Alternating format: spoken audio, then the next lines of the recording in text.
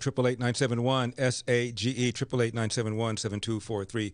I am Larry Elder. We are ReliefFactor.com studio. For those of you who weren't listening to that part of the show, we were talking about why the Republican senators didn't just walk out. And the answer is the vote would then come down to 2/3 of the voting members present. So it would make it even easier for Donald Trump to be convicted if the jurors who are going to vote not guilty walk out. So that's why the Republicans are still there. 888-971-SAGE, 888-971-7243 is the number. I want to get back to this business of the left, the Donald Trump haters responding when you say these kinds of things. Well, you're engaging in whataboutism. Shortly after President Trump got elected, Ben Carson, the new head of HUD, gave a speech to his new staff, and he likened slaves to immigrants. I've played you that segment before. He said, in many ways, even though the circumstances were different, slaves are like immigrants in that new country, new culture, blah, blah, blah. Got hammered, especially in the black media. Here, this man doesn't know his ethnicity. He is a sellout. He is an Uncle Tom. He is this, he is that. How dare somebody compare a slave to an immigrant, somebody who comes here involuntarily and works involuntarily under brutal conditions, to somebody who comes here because he wants to. How? A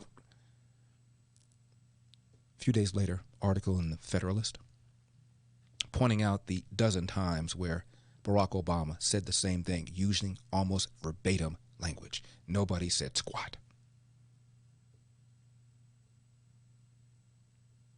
How do you explain it? Oh, I'm sorry, I'm engaging in whataboutism. Here I am bringing up an example to show my point. I can't do that. It shows you hypocrisy, selective outrage. Hillary Clinton can parade around for 4 years and call the election illegitimate and say it was stolen.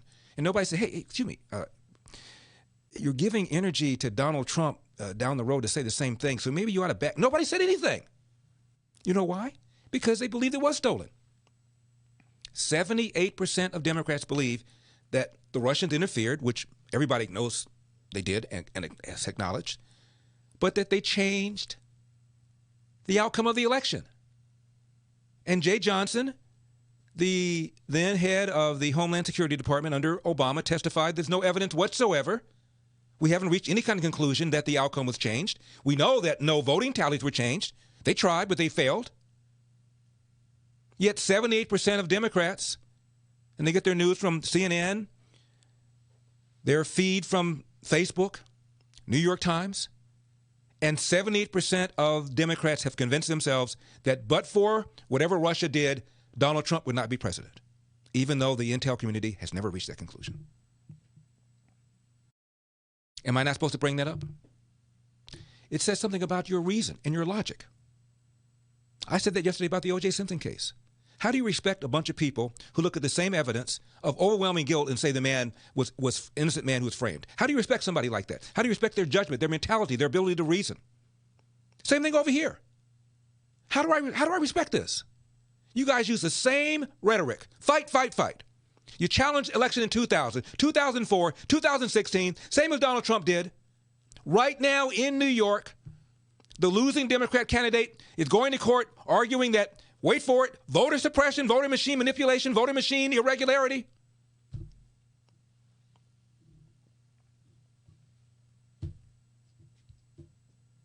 I will take him out tonight, said Maxine Waters, well before this ever happened. And I don't think she was thinking about dinner in a movie.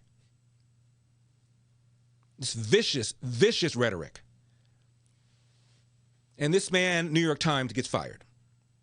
He gets fired because he used the N-word when a student said, should a 12-year-old put together a video with a offensive word? And he said, what's the word? He repeats it.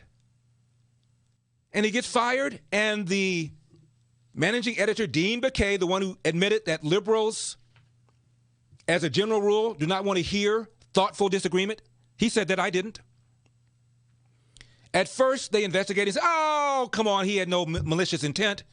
But 150 times staffers would show that staffers are more radical than the management. Signed a protest letter. Days later, they fired this guy. And in the firing statement, they write this. We do not tolerate racist language regardless of intent. End of quote. Are you kidding me? Regardless of intent? It doesn't matter what you're doing, what you're saying, why you're saying it, to whom you're saying it? Stunning. So these rappers can call each other N-word, N-word, N-word, N-word, N-word, not a problem. But I guess when a white person says it, regardless of intent, Morgan Wallen, under attack, playlists have dropped him, his record company has suspended him because a neighbor filmed him using the N-word. He was drunk. He was yelling it at a friend who's white. So two white guys, one white guy calling the other white guy an N-word. Hasn't that kind of come into the culture now? The N-word is being used like that now. Young people, young rappers do. I don't like it. You don't like it. But he's going to be canceled for this? Regardless of the fact he's talking to another white guy? Hey, actually, hey, y'all too. Hey, take care of this. Hey, Gracie, take care of this. Hey, take care of this blank, blank N-word. Meaning, take care of my friend. We're all drunk. Take care of us. Stupid. Dumb. He said he'd been drunk for 72 hours. Regardless of intent. Regardless of intent. Stunning.